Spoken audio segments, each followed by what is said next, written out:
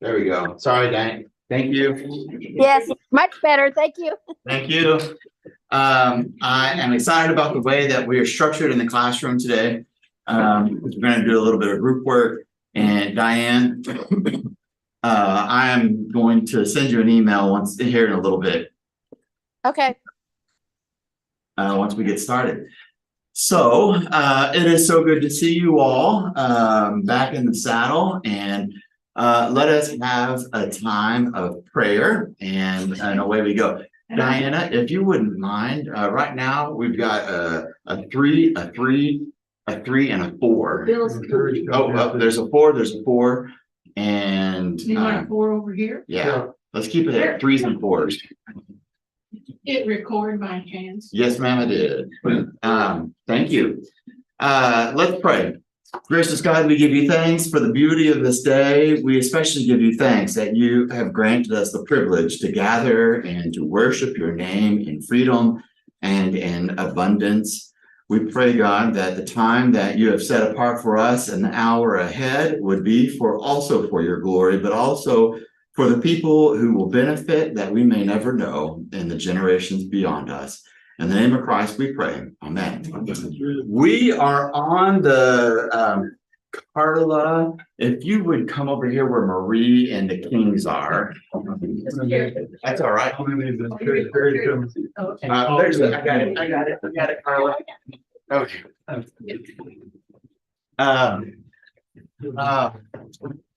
We are, I just hit puberty there. Cracking my voice. This is our final Sunday of our Creating a Legacy class. And I cannot remember, Emily, how many years ago we started working on the handout that we're going to talk about today. I cannot remember. But I was on cheated cheese. That was a long time ago. Yeah, I don't remember. The board of bond committee. Yeah, relatively when you first were here. So, I mean, the better part of close to a decade ago. And I have not renovated it or revised it until this year. I've done some additions to it, but I hadn't revised it until this year. But every year, it is something that is an incredibly important tool. And I want to talk about it a little bit. But the other part that I wanted to add to our conversation on creating a legacy, which we're going to do today, is talking about leaving a faith statement. So the last 2 weeks, we've talked a little bit more about the legalities of leaving your legacy, and a little bit more about your financial legacy last weekend. Today, we're going to talk a little bit more about your spiritual legacy. And I find this to be wholly important, not just for your pastor, but incredibly important for your family. And I hope that some of that will become relevant and become clear for you by the end of today, and especially as you work on some of this yourself. There's absolutely more information as you learned the last 2 Sundays. There's more information to be presented than can adequately be covered in the course of 50 minutes. So forgive me if I get on a tear and get going on speed mode. If there's anything that you need me to stop, and you're welcome to interrupt or just yell out "Hot Pocket," and I'm happy to stop at that point. I don't mind the interruptions at all. I want to make sure that if you have questions that they don't go ignored. And so we're going to start first off with the funeral memorial planning guide and worksheet. Now, in your packet, and I've got extras, friends. If you didn't have one already, there's some that were in the folders that have been distributed, but I certainly have extras if you need extras. Okay. All right. For you. Pastor Josh, Yeah. could you please leave extras in that little plastic pocket by the coffee, and I can catch it when I get home next week? Absolutely. Glad to do it. Thank you. Great.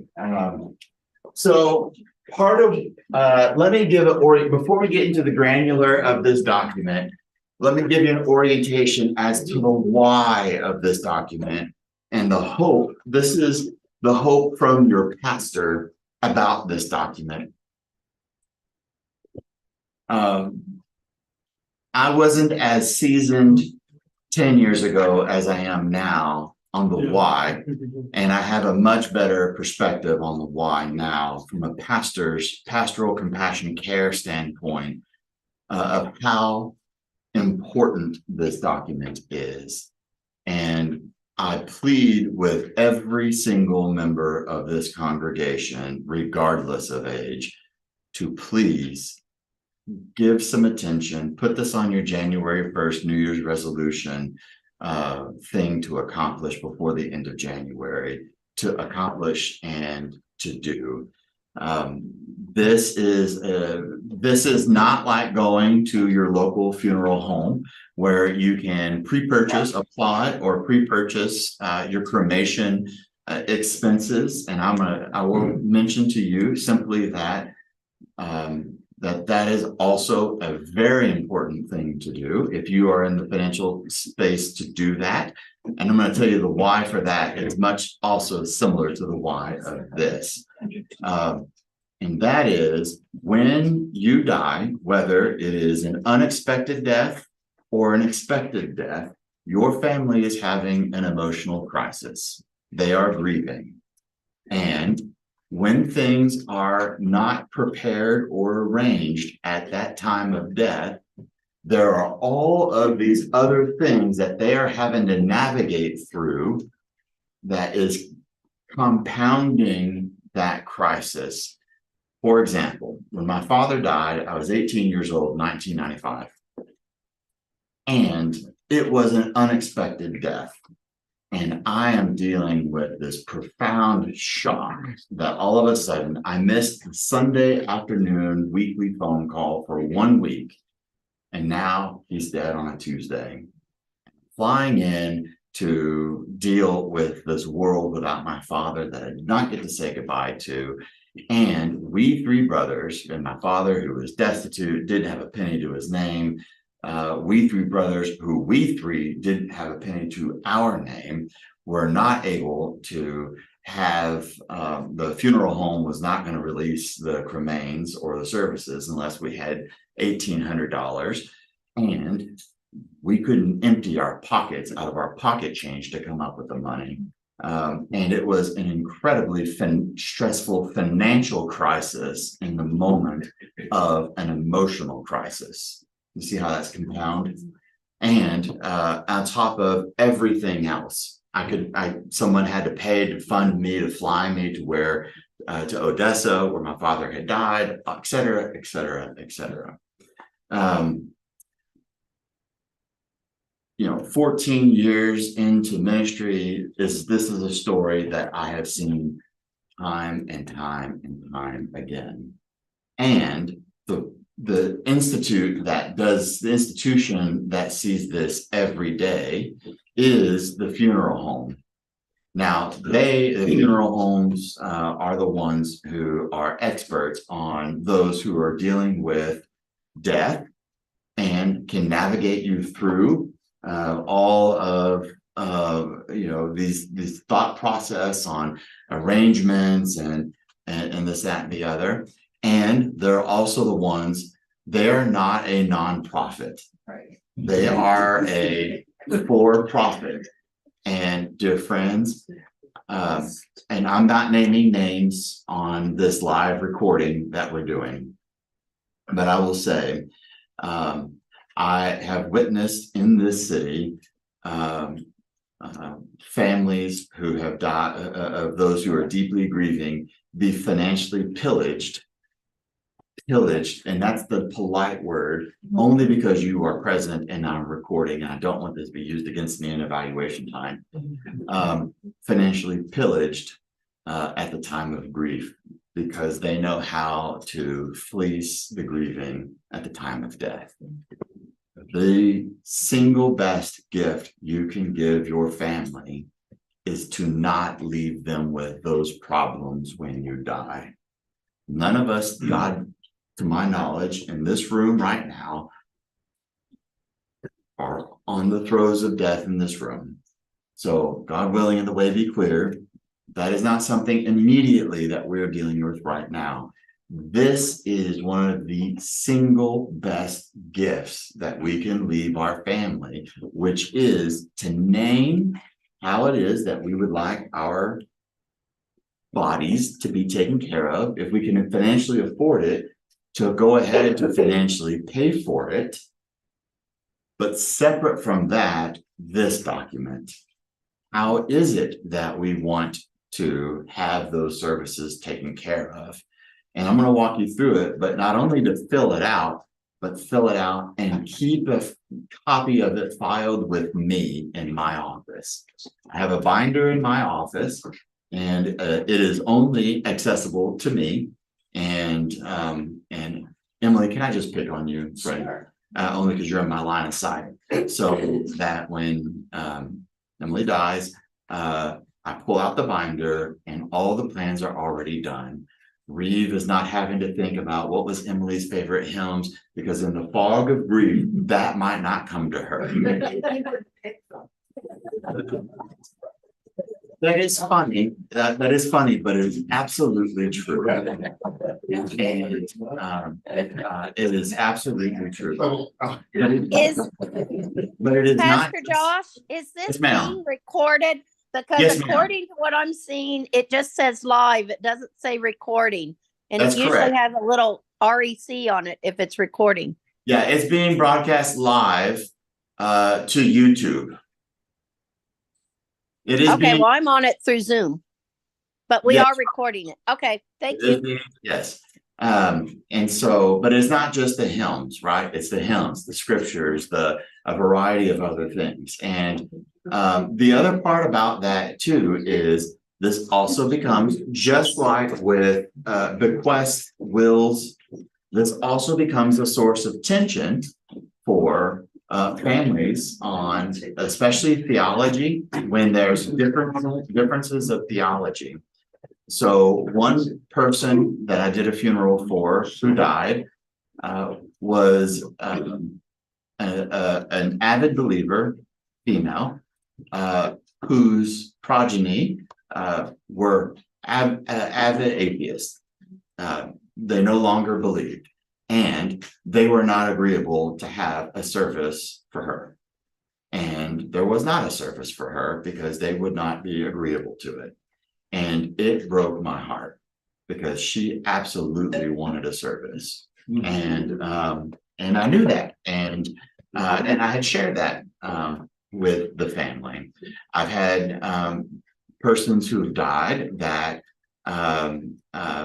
after they died, the children, their theological beliefs were while Christian, very out of alignment with mom or dad, and the ways in which we would approach doing a service were out of alignment with Presbyterian faith and or the Reformed tradition or mom's or dad's faith, and made it incredibly difficult, especially even between siblings. And these are complicated grief matters that just compound and create conflict on top of a grief process that make it incredibly difficult for the pastor who's trying to navigate through this. And it could be, now I'm going to pick on Reeve and Emily.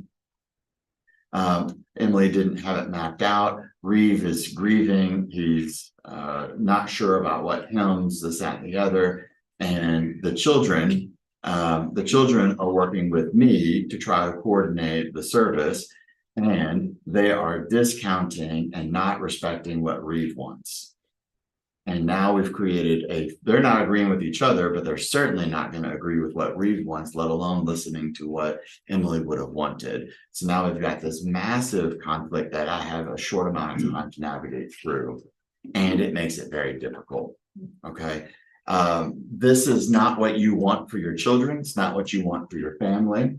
And so this is my pleading with you, almost to the point of on my knees begging you to consider giving some time to working through this document. The first part of this, I wanted to talk a little bit about what we've written about and for you to read and review later. It's a little bit about what is the worksheet itself, the document itself, but then also, and I had extra copies. Oh, there's some extra copies over here if you want one. Okay, would you? Thanks, Bill. It's not overusable.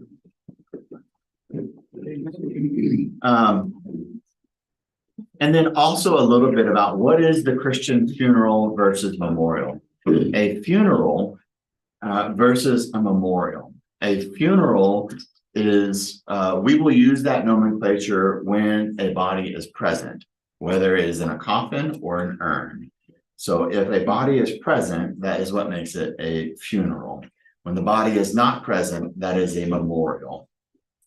So the trends of this type of service is very different in the last 5 years than it was the first 5 years of my ministry. And I honestly think that the ways in which we do memorial services or this type of service, which is technically a service to the resurrection of Jesus, a witness to the resurrection of Jesus Christ. So I would not, the idea of what this type of worship service is a witness to the resurrection of Jesus Christ. It is full stop a worship service. This is not a celebration of life. In a church setting, Hope Presbyterian Church, this is not a celebration of life. This is a witness to the resurrection of Jesus Christ. It is a worship service. Its first and foremost focus is to give witness to the promise of the resurrection. That is the chief end of that worship service. Secondarily, to give witness to the person, the deceased, who believed in that promise. To give witness to Emily, who lived her life and died in the faith, believing the promise of eternal life. So regardless of what the children, the grandchildren, the neighbors believed, there is this, what we're doing in worship is giving witness to the resurrection of Jesus Christ and the witness of the faith that Emily held in her life to the very end. That's what we're doing in worship. This gets muddied at death, and especially with grief, it gets compounded. And over the last decade, we've heard time and again this way of masking some of our grief. We hear it expressed as a celebration of life. I mean, there is nothing wrong with having a celebration of life. I think having a celebration of life is good. A word that we once called that was awake. And awake is great. And having a celebration of life is great. But what we're doing in the sanctuary is not a celebration of life. What we're doing in the sanctuary is a worship service that is a witness to the resurrection of Jesus Christ. Does that make sense? When the body is present, it is a funeral. When it is not, it is a memorial service. There are some theological aspects of that. Now, in the first 5 years of my ministry, by and large, almost always this service was happening within 3 days of death. Almost always happening within 3 days of death. Death happened and boom, there was the service within 3 days. Largely because most of those services were included a coffin and would be held at a cemetery. Or if the person was cremated, there would just be a memorial service immediately 3 days following. And just people would come into town. In the last 5 years, the normal, what has become very normal, is that the time between when death occurs and when this worship service happens is anywhere between 4 to 8 weeks, with gusts up to 4 to 5 months. And there's some pros and cons of that. Some of that is it takes time. The volume of persons who are being cremated and the persons who choose to be cremated is significantly more. than persons who are buying plots and coffins and being, I have only done maybe 4 cemetery burials in the 10 years I've been here. Maybe 4, I think. I can't honestly remember, it's that few. I did 14 in the 4 years I was in Virginia. The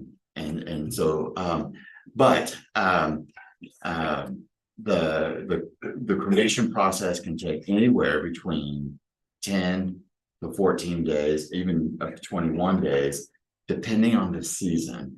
And I know that sounds maybe dark, but the first quarter of the year, January through March, is some of the peak time of the year for those facilities. A lot of folks, especially the older folks, their spirits will hold through the holidays, and then after the new year, begin to let go. And that then becomes a peak season. Plus, it's the winter, infection period, etc. So it just varies based on facilities. In the city of Austin, the last time I understood, there's only 2 facilities in the entirety of the city of Austin that participates in the cremation process. And when there's a peak season of death, that delays. That makes sense? So what a number of families have done is, rather than doing it within 3 days or within 2 weeks, they say, let's find the time of the year that works best to gather the whole of the family and make a weekend out of it, a time that works best. Gather everybody in and get a chance to kind of collect our thoughts, collect our thinking, and pull it all together and do the planning. Okay, settle down, manage our grief, and do it all together. The pros and cons of that, I'll walk you through, are a lot of folks in their grief are holding their breath on their grief process until that service is over. So the longer distance between death and when that service is, there is the delaying of the grief process. So if it's 2 months, then some of that grief process and healing doesn't start until 2 months later. But for myself, as your pastor, I work with the family however works best for y'all. One last thing about this particular service, especially with cremation, and this is the same true even for whether it is interring in a memorial garden, the remains, or at the cemetery, I almost said seminary, at the cemetery with the coffin. Most families nowadays prefer to inter the cremains or to lower the coffin before the service. Most families prefer to do that. So we will schedule a time in advance of the worship service to attend to that part. First, that it is just the family or those who are considered family. It's a more private moment. They'll have that. Then they make their way to the church. They have this service, this worship moment. And then afterwards, in the fellowship hall or with lunch, the wake begins. The celebration of life begins. The reverse of that is with the interment of ashes into the memorial garden after the worship service, the entire congregation goes out into the memorial garden, and you may have 50, 100 persons in a circle around the memorial garden, and there's a little less of an intimate feel there. Then it's not just family, and so a lot of families have preferred not to go that route. That's really a family preference. With a coffin, it's when the service is over, it is a escorting of the coffin out of the sanctuary into the hearse, and then processing right out to the cemetery. And there's no time, much or no time for condolences and a reception after the service. And there isn't a seminary. There isn't a cemetery really close in which you would make it and then come back for a reception. And so there's that loss of that celebration there. Does this make sense? Especially for this congregation. So a lot of families have chosen to do that before the service, and just keep it with just the family. Does that make sense? Okay. As you're looking through some of this, this is earmarked and made designed specifically with Hope Presbyterian Church in mind. There are details there with some of the frequently asked questions you're welcome to read through. When it comes to the Hope Memorial Garden with the interment of ashes, does anyone have any questions about the difference between a columbarium and a memorial garden?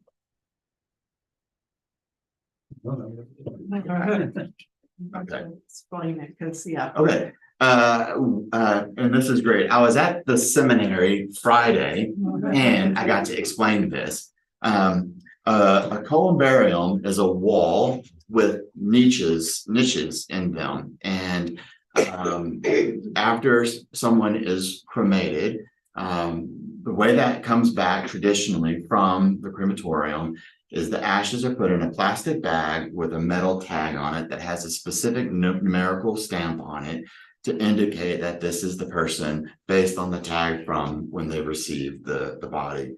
It is usually in a black box. I've almost always, even from Virginia, it's just a black box within a clear bag with a metal stamp. Now, if you have purchased an urn from one of the facilities, in the funeral homes, Or online. Or You can buy- online. Buy urns online. They will- That's for my parents. they will put the ashes into the urn for you. But if not, they will come to the funeral home, they will give you the black box, and that's what you'll have.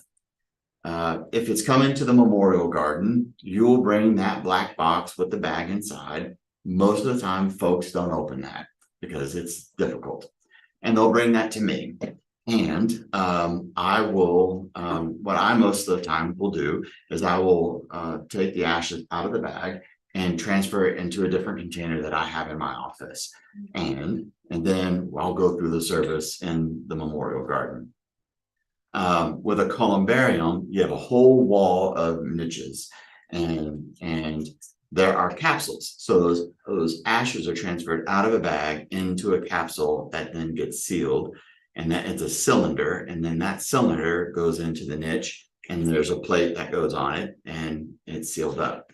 And I have lots of stories about columbariums from Virginia, because friends, you can't spell funeral without FUN. And I wholeheartedly, theologically, spiritually, and every which way would take a memorial garden over a columbarium 10 times every day over in every way. I would prefer a memorial garden. Yes, ma'am. I was just gonna say, there's also the option of, even if you have a cemetery plot, of having the ashes Correct. buried there. So- Yes. So I just did that one. Who was that? I just did that one a couple of months ago. Gosh, I can't remember. I just did that one. Yes. If you have a plot, you can absolutely bury your ashes in the plot as well. Yes, sir. The columbarium is controlled by the state, but ours is not controlled. I did not know that there are regulations related to a columbarium. And so ours, with our memorial garden, a hole is prepared and those ashes go straight into the dirt. And great care is taken with our memorial garden. And honestly, with my father, who died in 95, those ashes were very difficult for our family to relinquish.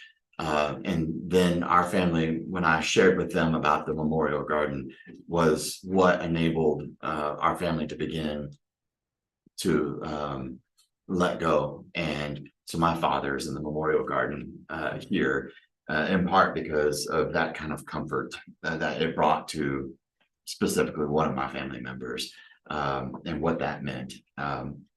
So more details in here on that. There is a remembrance wall, and any and all the details related to that in the Memorial Garden. Nancy Bruno can navigate with you there. There is a grid of the Memorial Garden, and Nancy Bruno keeps the grid so that she knows where various ashes have been interred. And there's a whole system, which I don't need to detail, related to how we manage that, other than tell you that there is a system. Making plans in advance. If you look on page 4 of 18, I added this section here for the person making advanced plans. This is something for you to consider. Consider providing additional copies to your family members.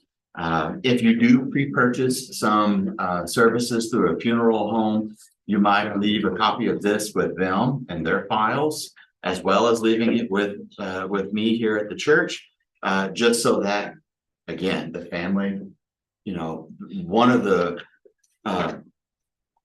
first times that this was an incredible gift to me was there were 2 brothers who had not spoken to each other in more than 10 years. There was a bequest that was a large bequest that was being left to the 2 of them.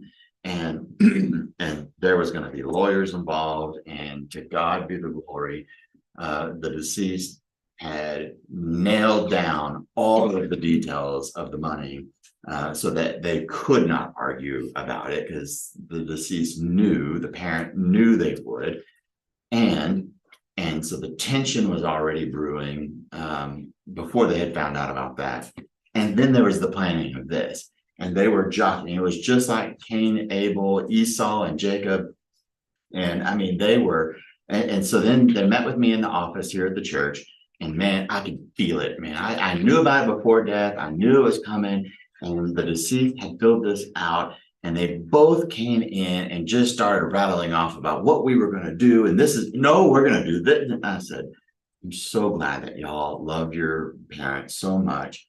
And let me share with you that it's already all done. Your parent already wrote it out. What are you talking about? And I said, let me show you. And I just slid 2 copies across the table to them. And we spent the rest of the hour just talking about how much they love their parent. And they walked out, and they were like, hey, you want to go to lunch? And then they were having lunch. And it was done. And it was the healthiest moment, one of the healthiest pastoral care moments I had seen and witnessed in ministry. I've shared that story with colleagues, and that's where this was so helpful, that they didn't have to work on one more detail.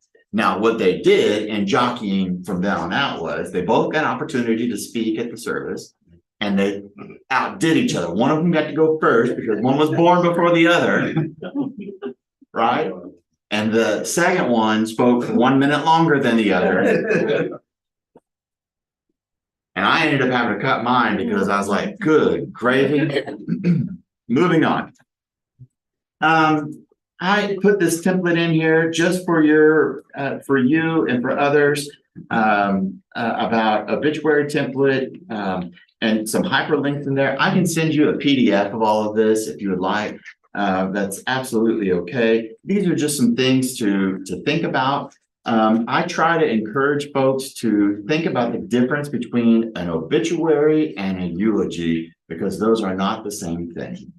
An obituary captures a lot more of your biography, the facts of what you did in your life, what you accomplished, what are the things that are verifiable that you can look up. Yes, it can include some of the other essences of who you are, but by and large, obituaries predominantly capture the biographical, verifiable facts of who you are. And these are the easy things to fill out. And so answering some of that, writing some of that stuff up and including that is a great win for those who will have to write that afterwards. So they don't have to spend a lot of time writing and researching that information. They may not know some of those things. Emily? By law, is it required that you put legal notice in some publication of a death? In case they're quote unquote creditors or? I have no information about that. Okay, that's. the That's not question training getting that I've been started by Attorney said, and is there any guidance of late about not including things that might lead to fraud? Those are great Patty Kelly questions. Okay. That I'll be would, back. Josh, yes, back in 2016, obituaries in newspapers were extremely expensive, and I understand they still are. yes, in fact, So I be would, prepared. I mean, we are not talking 150. yeah, We were actually, talking sometimes over 300. did I say hundred and And fifty that in here was somewhere? back in 2016. Did I put a price in here? No, No. but Oh. I'm just. Oh, well, let me just say it out loud. I would absolutely discourage you from putting a full-sized obituary. In any kind of, for paying for any obituary, I would just discourage it. An announcement in a newspaper and paying for an announcement is one thing. Write this out and there's plenty of places to put it on a web for free. Most of your funeral homes will absolutely put them out there. We will always print an obituary and include it with the bulletin. Putting it on your social media, it'll always gain more readability there than anywhere else. Your family can do with it whatever they want. It's the writing it is the hardship. Now, there are a lot of it. There's a certain couple of generations who still read them in the paper every day, in the print material every day. So I think, yes, having a printed announcement is one thing, but I'd keep that one very limited and short. The legalities, I don't know about that one. I think it's probably not anymore because the funeral home used to always put a little half-inch thing, and that's not in the paper anymore, so I think maybe that's not required anymore. I don't know about that. If you find out, let me know. I'd be happy to append this, The one good especially. thing, when I posted it in the Louisiana paper, when I went to make reference to his death at the state, they already knew it and Oh. processing already his Yeah, I think, retirement check to me was very easy because I had already published. yeah, my guess is the streamlining of things in a technical world is that the issuance of the death certificate probably propagates out everywhere, is my guess. Yes, sir. And Joe, and it will require a lot of certificates. Yeah, I just don't know the answer to that. Yeah, I mean, because it's a monetary thing. But if anybody finds out, please let me know. 6 is plenty, don't tell anybody, they want you to get a dozen. But most of the people I dealt with made copies of it and gave me back the original. So that I can tell you from my facts. Yeah, well, I would be, when y'all get to know more, I would love to add that to this document as well. I was thinking I had 3 of my fathers up until a year ago, and I went down to 1. I mean, he died in 95, it's 2023. I don't know that I need 3 copies anymore. But I still have 1. You never know. Well, and you can also get that through, Austin. Yeah. Right, you can always get, The certificate, right. and it's just a hassle. The bank requires a real one, not the copy. Correct. Yeah, There's a lot of them that Let's want- look at page 7, and this is, I think, also, these are for the living, not as much the deceased.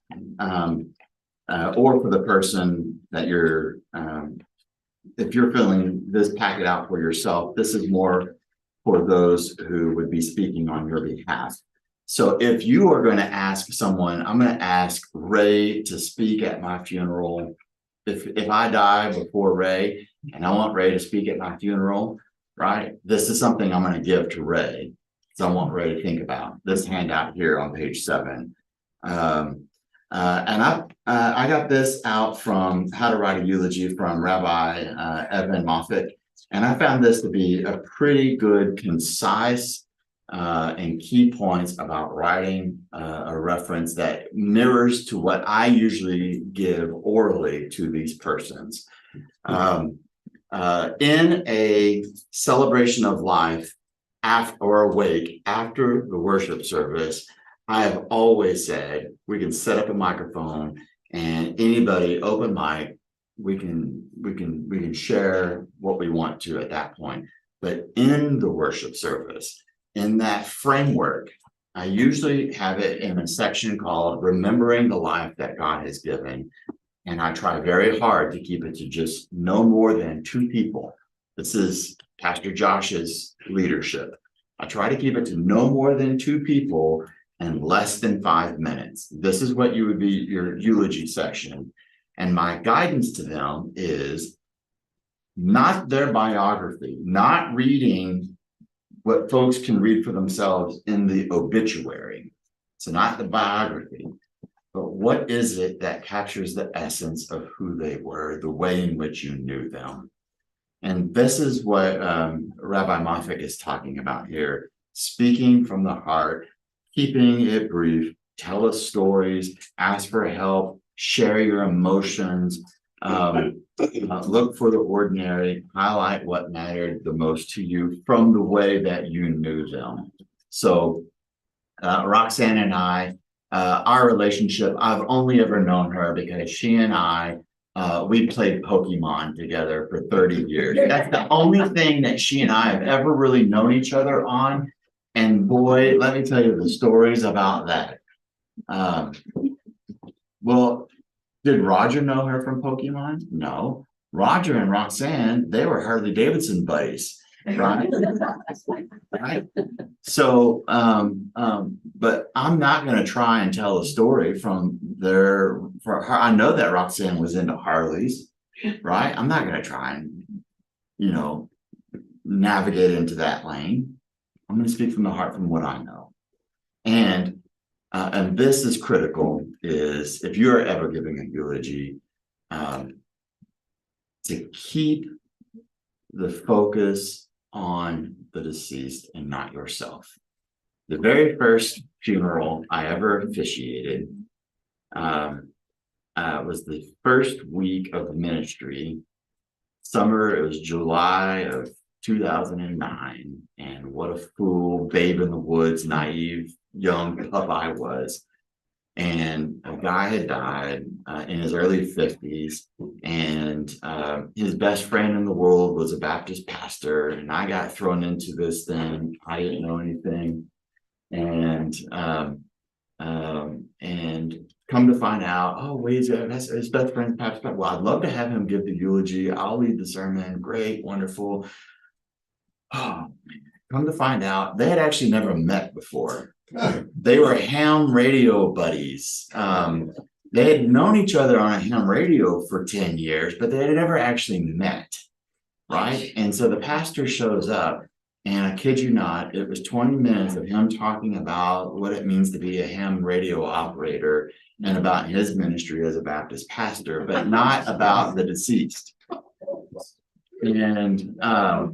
And that sounds like a great one-off story from my rookie year, but that is something I've encountered in all my years of ministry. When someone gets up to give a eulogy and they end up talking about themselves and not the deceased.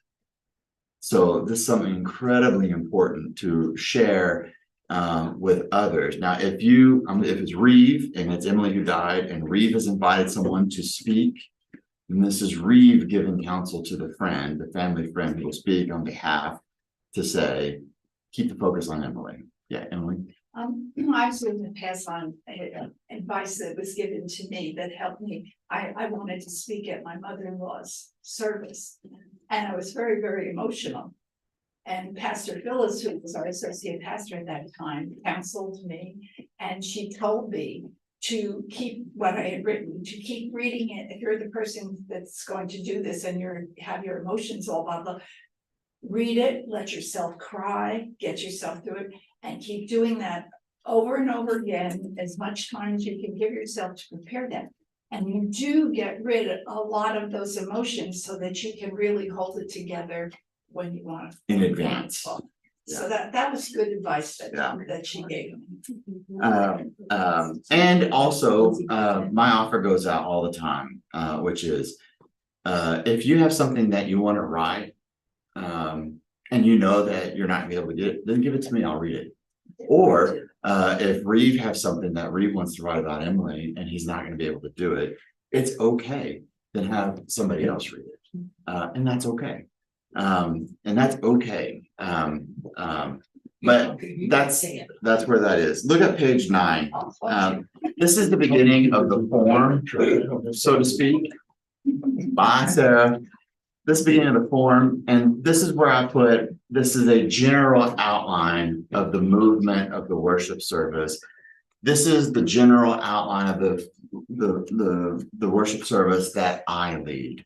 Okay, yes, it pairs well with Reformed theology, Presbyterian tradition, etc. This is what works well with what I have been doing for my ministry. You can go to other traditions and this would look similar, different. This is just what works well with what I have prepared, and what we've done here at Hope for the last 10 years. There's a section, remembering the life that God has given. And then we transition, remembering God's comfort. And part of what I do is, I don't lead eulogies. I think eulogies are best for Roger giving the eulogy of Roxanne and the Harleys, right? And what that was like. I'm not going to speak about the Harley enthusiasm. I'm going to give testimony to Roxanne's faith and what that looks like as it juxtaposed to the scripture that meant the world to Roxanne and how that bears witness to us. Does that make sense? Remembering God's comfort in this time. And then I'm going to do prayers and whatnot. There are things that are appropriate for worship and things that are not appropriate for worship. What do you think might be appropriate for worship in this setting? And what are some things that you think might not be appropriate for worship in this setting? Not would be favorite color, flower, and food. Yes, well, she's looking at the next page. Oh, that's Yes. And that's okay. I'm still thinking about in the context of a worship service, what are some things that might not be appropriate in a worship service that's a Led witness? Zeppelin. Okay, so maybe secular music, maybe, potentially, and pre-recorded secular music potentially might not be. And so what are the policies of Hope Presbyterian related to that is it must be approved by the director of music and the pastor. And we're pretty guarded on them. I think we've done it once in the 10 years I've been here. And that's the same policy the church has about weddings too. It's the same policy about all worship service, regardless of what it is. Live music, and if it's live music and it's being performed live and it's a secular song, we will still screen it the same standards of what we would use. Does it point to God? Does it capture something about pointing to God, even if it's a secular song? We still have rigid standards on that, but yeah, so a particular type of music, I wouldn't throw the baby out with the bad water just because it said Led Zeppelin, but I would definitely apply some scrutiny to it, absolutely. But yes, for example, I've only been fired from one funeral, and it was because I would not permit an Elvis impersonator. I know you laugh. I know you laugh.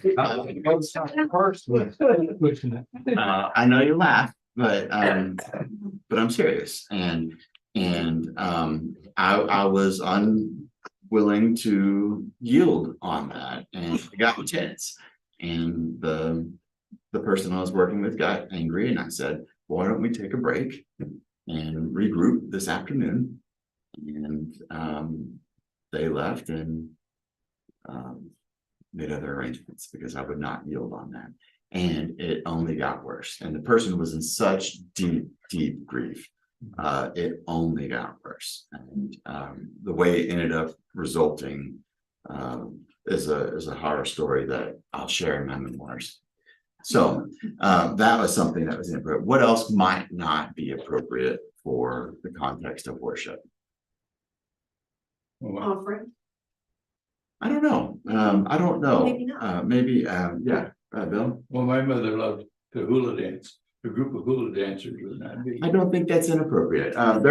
We did a hula dance for at Gary's, and that took me, I actually had to reflect on it. I really did. And actually, when they asked me about it, I actually spent some time researching both the specific dance, what they were offering, and the nature behind it and the context within it. And I approved it. You did. And it was beautiful. But I did spend time. It was uplifting. I spent time researching it, and for what it was worth, and it was very impactful. There was a cultural element to that I found very important. Offering, no, I don't know that I would close the door on that unless it were for something that was out of alignment with the purpose of worship. Communion. Communion inappropriate for worship for a funeral or memorial service? Not for the Catholic, but went one. Well, I went to one and some of the people there were very disturbed because they didn't believe in communion. Okay. So they had to sit. It was Episcopal. Yeah. Yeah, well, no, it's not inappropriate for this church, for our faith and our tradition. It also is not inappropriate for us to have a memorial or a funeral service on a Sunday morning service either. And as a Sunday morning service, it would not be inappropriate for us to do it a Sunday morning at 10 o'clock as a part of the 10 o'clock service. Not supplanting 10 o'clock, but as a part of the 10 o'clock service, it wouldn't be inappropriate. Just the same as one time in my life, I swear I'm going to get a young couple to agree to this, and I was this close once to having a young couple agree to having their wedding on a 10 o'clock Sunday morning service. That would not be inappropriate either. I was this close once. Man, one day in my life I'm gonna get that. But then there are some other things such as fraternal rights, military rights. Those are important things, right? So, but those are also really important things that are not religious rights. They can happen in the sanctuary. And when I coordinate that with the funeral director or with those who will lead those, we work those together at the conclusion of a Christian worship service.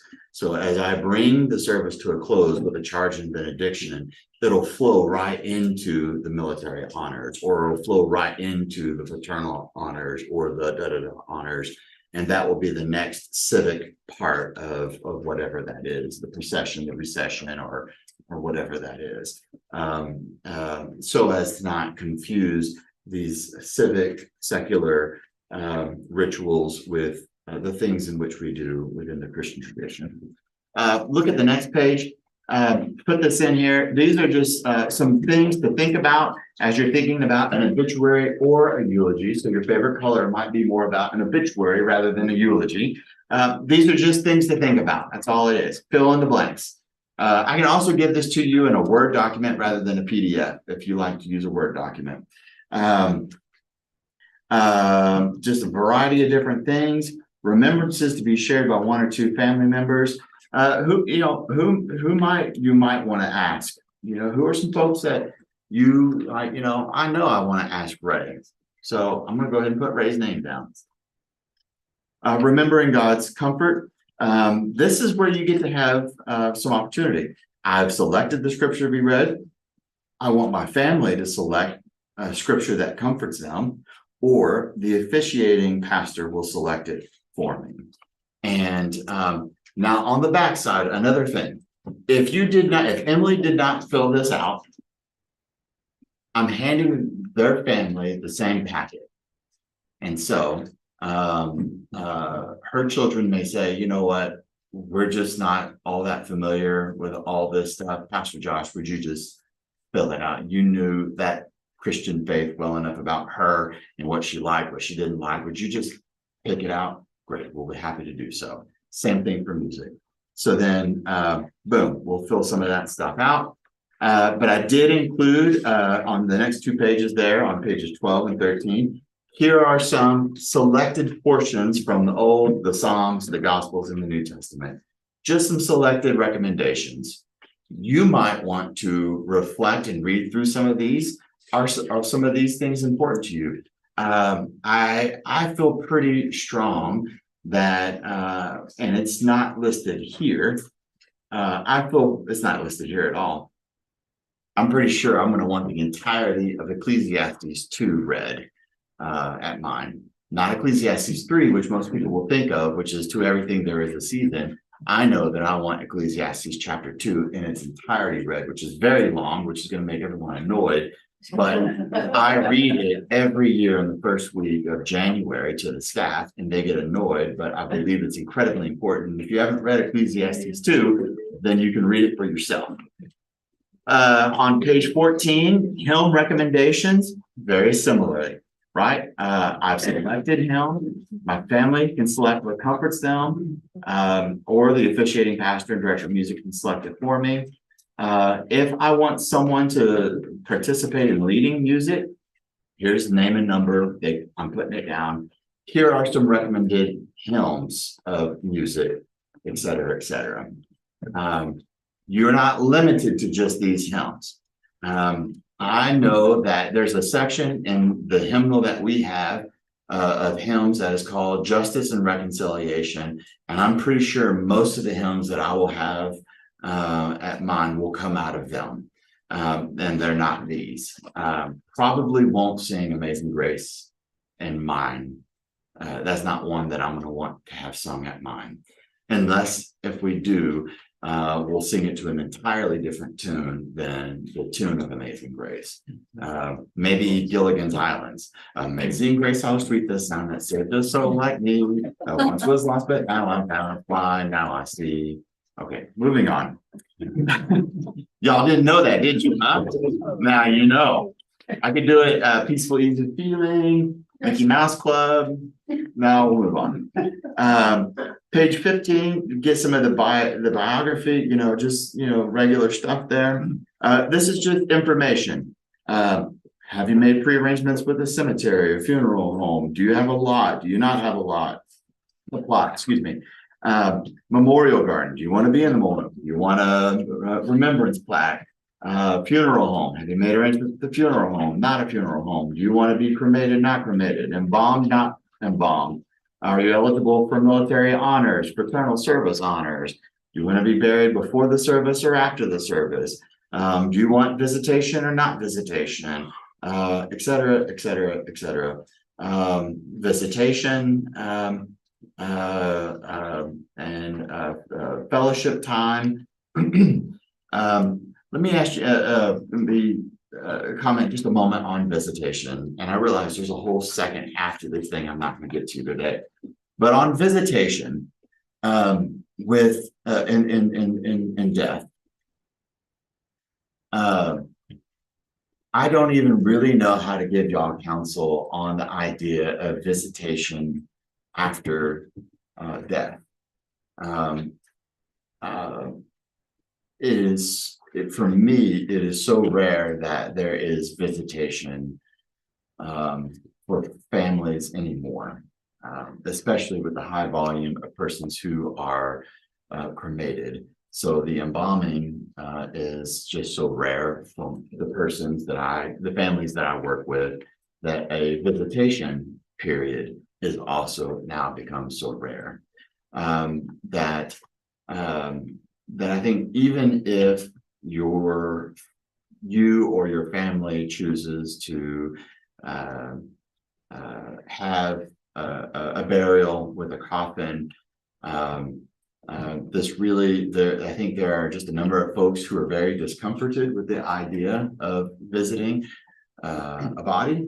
And so my father, even though we cremated, there was an open casket visitation time with my father, so he was embalmed, and then there was open casket visitation and then cremated. And that just jacked up the price, which of course we didn't know.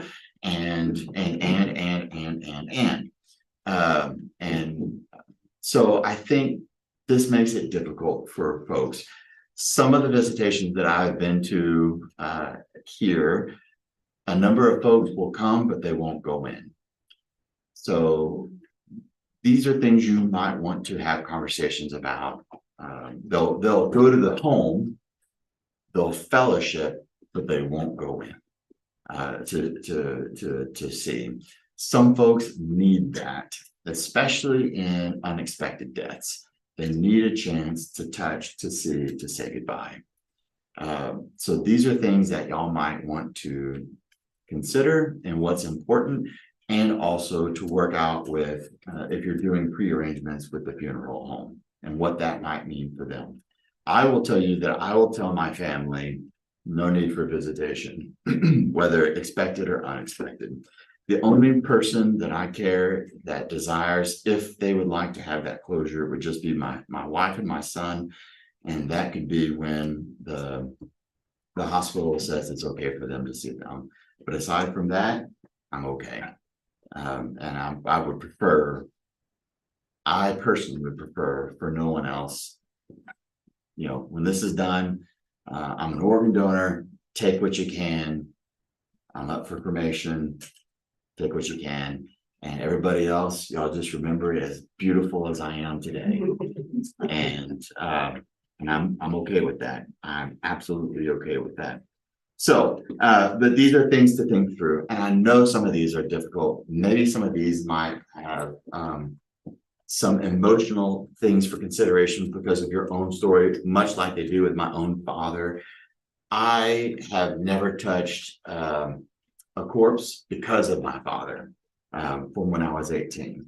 To this day, I've never touched a corpse because of the trauma of seeing my father on that day. I've never touched a corpse. It's very difficult for me to be around a corpse. And I will, and I've been there, and as a pastor, it's part of the responsibility. I don't have a problem standing in a room with a corpse, but I will never touch one because of that trauma. And that is something I'm sure that is a part of a variety of different stories that you have to navigate through as you navigate through this document. And I know that's different. But that's why we do this now and not when it's too late. Just some other things there, and this I think is also really important because this also leaves, when this is not determined in advance, this leaves a lot of families guessing and scrambling, which is in lieu of flowers, would you like gifts to be directed to a particular memorial? And without any direction in that regard, folks will just simply flood this place with flowers. That's really only happened, the flooding of flowers has really only happened 2 or 3 times that I've been here in 10 years. Most times there is a direction of please, in lieu of flowers, direct them to something. 70% of the times it's to the generation to generation endowment. There was a period of time prior to 10 years ago, culturally, when you would just put in, people would just send flowers to the church. And to the point that my wife, when I was in Virginia, my wife said, don't bring home any more funeral flowers. They're pretty, they're sweet, but don't bring home funeral flowers, which is cool. I get it. But it's also helpful, again, to tell those when you're not there to tell them what was important to you. And how, again, to the previous 2 Sundays, how you want your legacy to continue on. This is also helpful too. Where are all these things housed? Where are they located? Who do they need to speak to? And if this changes, then just change it. This is not a legal document of any sort. It's just, it's written down somewhere, and it's best not to keep it in the house, right? I have no time to go over this other thing, which I'm going to hand out and give to you, other than to say, one thing that I have not figured out how I want to put in here yet. So this is the debut, and I'm still trying to figure out how to take what I'm about to give you and put it into here. And I haven't figured out how I want to do it yet, I want to encourage you to think about if you were to write a statement of faith, what would you write? Now, a statement of faith, we do an affirmation of faith today, which was the Lord's Prayer. That's great. You didn't write it. Apostles' What did Creed. I say? Apostles' Creed. Thank you. Lord's Prayer. The Apostles' Creed, which is great. You may affirm the Apostles' Creed, but you didn't write it. It's not your words. What is it that you believe? What's important to you? In this document that I'm about to hand you are 3 statements of faith from 3 different people. Their names are not on it. And I've given you some instructions here at the front of how to read them. And like underline phrases that are good, that you like, put an asterisk to things that you want to reflect on more. What's missing? What do you like? What do you don't like? What's important to you? These are probably much longer than what you will write. You will probably write something this big about what you believe, which is probably what the confirmands write as well. Okay, what's in here is this big. Okay, these are written by pastor types. That's not what I'm asking of you. This is just to give you an idea. They will talk about various different things: God, Jesus, sin, the church, the sacraments, mission, the Holy Spirit, etc., and various different ways that people will think about them. But these are their own words from their original words of what they believe. Does that make sense? And I think that's a great gift, not only to give to the people who will come after you, your family, but it's also a great gift to be read this service. And so that we say, we read together as the whole of a congregation, the statement of faith that Emily has written. Let us affirm Emily's faith. And we read it together. That would be cool. Or it's what's printed on the front of the bulletin. Let us affirm this faith.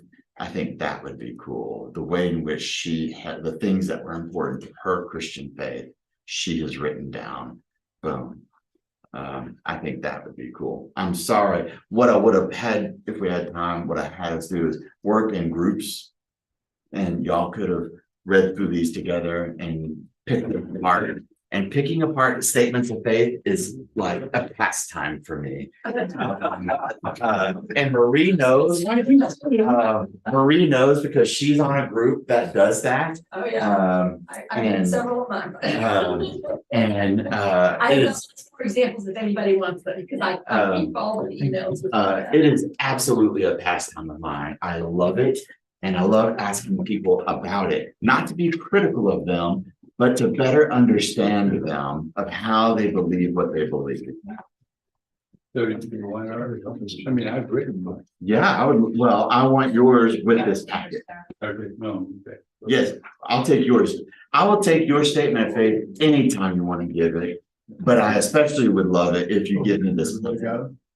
Yes, write it, send it to me. Emily, did you want to ask something? Yes, another question. You very well spoke to us about the importance of pre-planning and perhaps prepaying for arrangements and things like that. I know from working, there is no cost to be interred in the memorial garden. That's for members of Hope and members of their family. There's no cost to that at all. There is, I know, or there should, that's not written down anywhere. There is an honorarium to be given to people who help you with your worship service. It's in there. It is in here? Okay, I guess I Yeah, didn't see that, and like the organist and things like that, that you need to cue your family into that. It doesn't come the fact that your mother was a church member there should be something else done. Yeah, that might be an interesting thing to talk about with the treasurer and the financial administrator about.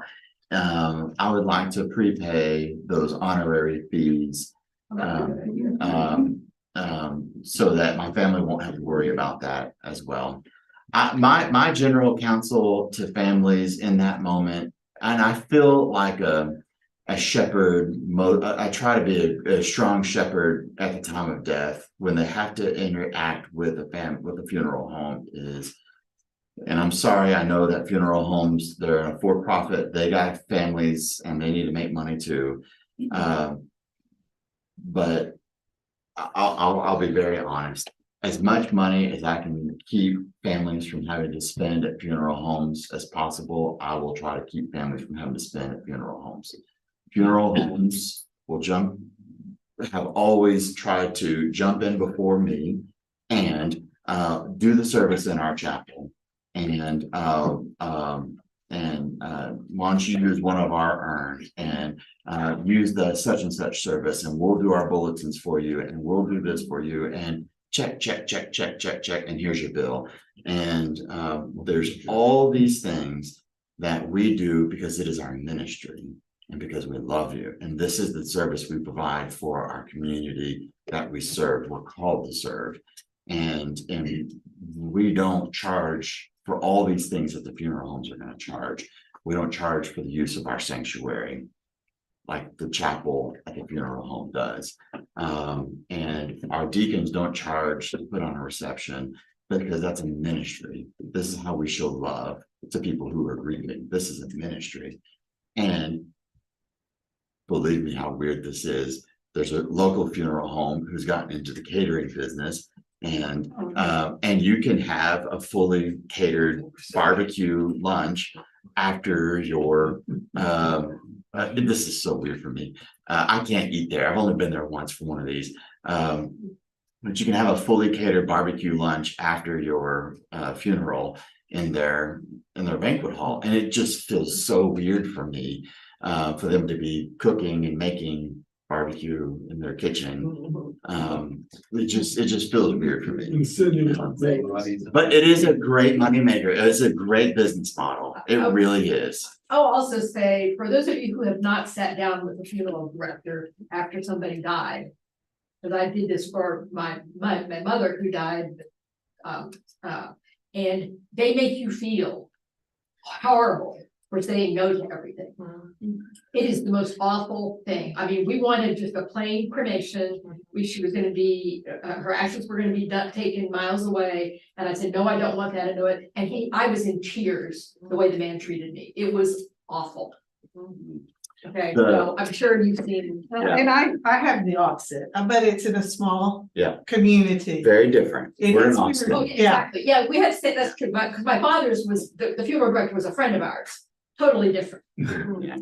I will say a couple of other things on that note is one thing that bar none that they can do that we just absolutely cannot provide is, aside from working with the state and all of the services with the crematoriums and whatnot, is we just cannot provide the digital PowerPoint slides and the quality that they do. So if you curate 70 pictures and just slide and hand it to them in an envelope, they do a master class, and that's a price I would be willing to pay for them. Here are all these pictures of my beloved, and they do a master class of putting a slideshow together.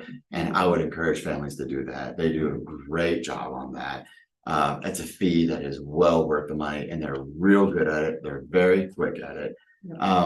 One thing that I might encourage the session to look at later, and this is new for me, and there are two agencies. One, I believe it's the Neptune Crematorium Services, which is more of an environmental, closer to a nonprofit type crematorium service that is outside of the Austin area. And then there is a separate casket creation company that is a nonprofit, although you do need to arrange those in advance.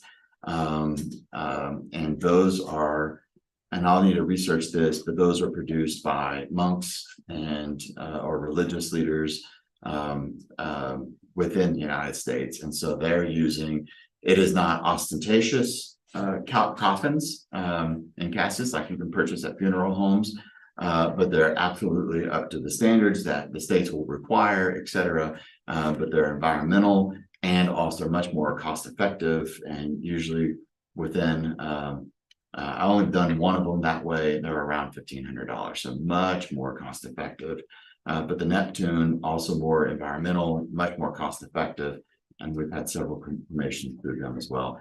And I'll talk to Session about whether or not we can include them as recommendations for consideration inside of our packet. Well, maybe the word is resources Yeah. rather than a recommendation. Sure. Because I think hospice often provide a list also of services in the area. 'Cause Well, if y'all get any of those, I would love for y'all to send them my way, and I can start curating a list of resources. We certainly need resources of funeral homes in Austin. Yeah, especially it's gonna, like your stuff, you know, because that's the only experience I've ever Yeah. had. And bar none, in this area where we are located, I would only send you to Cook Walden down the street. We've got a relationship with them. I've worked with them. Those are people I know in our community, and they know our property. We know them. I've worked with them, and they flow very well. Yes, sir. I was told if you do want to be buried, you ask for the Jewish coffin Is that right? because it is a pine box. Yeah. Okay. So you ask for that. It's the cheapest coffin you can get. Yeah, I've heard the same thing for a pine box. The upsells are important, but yes, there's more that can be added to this living document. But I will certainly welcome the resources as you get them, and so that we can add this to this. So we want this to be effective, but please consider completing it and filing it with me, and whatever else you would like to include. With that, I would entertain someone who would like to close us with prayer. I will do it, Judge. Thank you, Emily. Good and gracious God, we thank you for being with us in every step of our life. Guide us as we go forward and make plans for our future in your service. Be with us each moment of every day. We give great praise and thanks for your love and salvation. We ask this in Jesus' name. Amen. Thank you, Matt. Thank you, Diane. Oh, no.